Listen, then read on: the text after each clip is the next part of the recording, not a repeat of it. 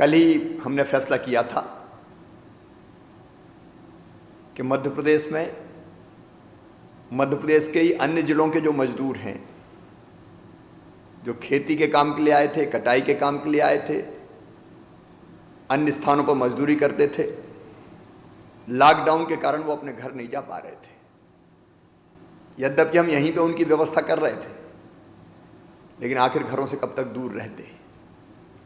इसलिए हमने फैसला किया कि प्रदेश के अन्य जिलों के मजदूर अगर किसी जिले में फंसे हैं तो हमारे उन भाई बहनों को हम उनके जिले में भेजेंगे। और आज उस निर्णय पर क्रियान्वयन प्रारंभ हो गया है। ऐसे मजदूरों को बस इत्यादि साधनों के माध्यम से उनके गृह जिले, गृह ग्राम भेजने का काम प्रारंभ हो गया है। हम पैदल नहीं चलने देंगे। इतनी धूप में, गर्मी में परेशान होते हुए हमारे इन गरीब भाई बहनों को नहीं जाने देंगे। यथासंभव व्यवस्थाएं करके उनको भेजेंगे। भेजने के पहले उनकी स्क्रीनिंग, उनका स्वास्थ्य परीक्षण करके भेजेंगे। पूरी सावधानी के साथ भेजेंगे और वो अब अपने घरों में, अपने गांव पहुंच पाएंगे। ऐसे लगभग 8,000 मजदूरों को हमने अलग अलग हिस्सों से रवाना किया है और लगातार ये क्रम जारी रहेगा। मेरा मजदूर भाई बहनों से ये निवेदन है कि वो उतावली न दिखाएं, परेशान ना हो।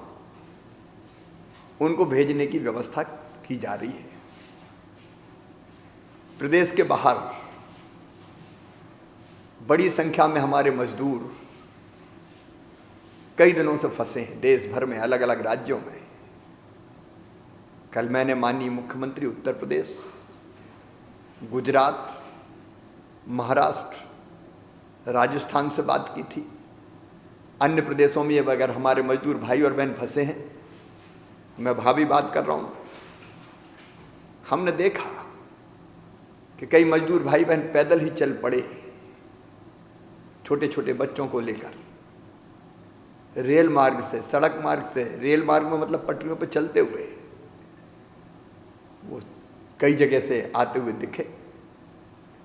हमने फैसला किया कि ऐसे भाई और बहनों को भी हम मध्य प्रदेश लाने की व्यवस्था करेंगे। हमने राजस्थान से कई मजदूरों को बसों से वापस बुलवा लिया है। लगातार ये क्रम जारी रहेगा। आज गुजरात से 98 बसों में करीब 2,400 मजदूर रवाना हो गए हैं और वे जल्दी झाबुआ और अलीराजपुर जिले की बॉर्डर पर आएंगे। हम उनका वहां प्रॉपर स्क्रीनिंग करवा रहे हैं, स्वास्थ्य परीक्षण करवा रहे हैं। उसके बाद ही उनको बसों में बैठा के रवाना वहां से करवा रहे हैं। मध्य प्रदेश की सीमा पर अलीराजपुर झाबुआ जिले की तरफ आएंगे। वहाँ उनका फिर से स्क्रीनिंग होगी, स्वास्थ्य परीक्षण होगा और उसके बाद वो अपने गांव की तरफ रवाना होंगे, रवाना किए जाएंगे। मेरा सभी ग्रामवासियों से भी ये निवेदन है, अपने भाई बहन हैं, परेशान होकर आ रहे हैं, हम स्वास्थ्य परीक्षण करके उनको गांव ला रहे हैं और वहाँ उनको होम क्वारंटाइन में रखने की ज़रूरत है तो वहाँ भी उनको रखेंगे। आप उनके साथ मानवीय व्यवहार करें। गाँव के भाई और बहनों ने बहुत अच्छी व्यवस्था की है, अपने गांव को पूरी तरह से सील किया हुआ है। लेकिन ये भाई बहन जो उसी गांव के आएंगे तो स्वास्थ्य परीक्षण के बाद उनको घर में भी होम क्वारंटाइन किया जा सकता है। आवश्यकता पड़ने पर गांव के बाहर भी उनकी व्यवस्था की जाएगी। लेकिन ये जो परेशान भाई और बहन, इनके दर्द को समझते हुए, तकलीफ को समझते हुए हमने ये फैसला किया है कई फ़ोन मेरे पास आए,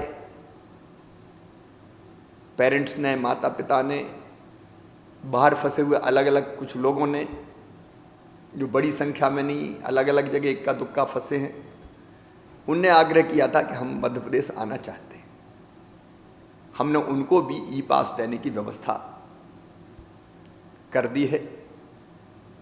वो संपर्क करेंगे संबंधित नंबर पर, उनको ई पास हम भी देंगे और संबंधित राज्य सरकारों से भी दिलवाएंगे।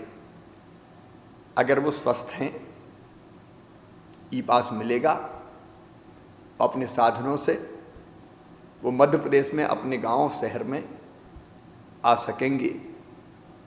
मध्य प्रदेश में भी कई लोगों ने मुझे फ़ोन किया कि हमको अपने बच्चों को या रिश्तेदार को किसी को लेने जाना है, तो उनको भी हम यहाँ से ई पास देने की अनुमति दे रहे हैं ताकि वो अपने प्रियजनों को के पास पहुँच सके और स्वस्थ होने पर उनको वापस ला सकें।